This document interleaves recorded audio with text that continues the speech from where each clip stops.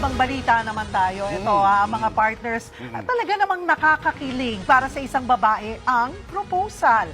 Pero anong mararamdaman mo, mga kabaro ko, kung ang engagement ring nagkakahalaga ng 299 pesos? Ikaw, anong nararamdaman mo? Aalamin ko muna yung istorya, mamaya ako Hindi po. No? Bakit? Hindi lang po ako magsisettle sa ganito. Oo, di ba? Sa ano po. Kasi sa future din po makikita yun. Kung paano mo bigyan yung babae no, yung price na ganun po. Grabe ka naman. Bakit? Wala, sa simpleng bagay nga lang hindi mo kayang paganda eh. Paano pag naging asawa mo pa ako? 299 pesos. Opo. Payag ka? Kung mahal mo naman, di naman siya di naman kailangan mamahalin din yung ibibigay mo.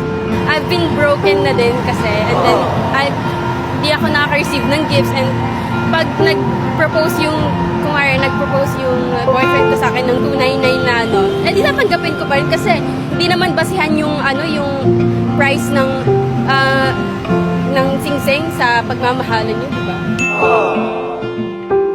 Kahit nga walang ring, siguro if lulod siya sa akin, sasabihin niya sa akin, i-marry niya ako, then I will.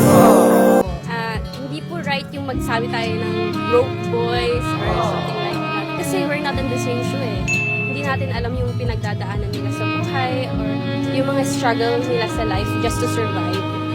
Let's be, kind to each other. Yung sagot ko is based on my own perspective lang naman yun. I mean, hindi ko naman sasayangin yung 8 taon sa 299 na rin lang. Kung nakikita ko namang deserving siya maging asawa or like hardworking siya, genuine yung love, pure yung intention, then why not marry him?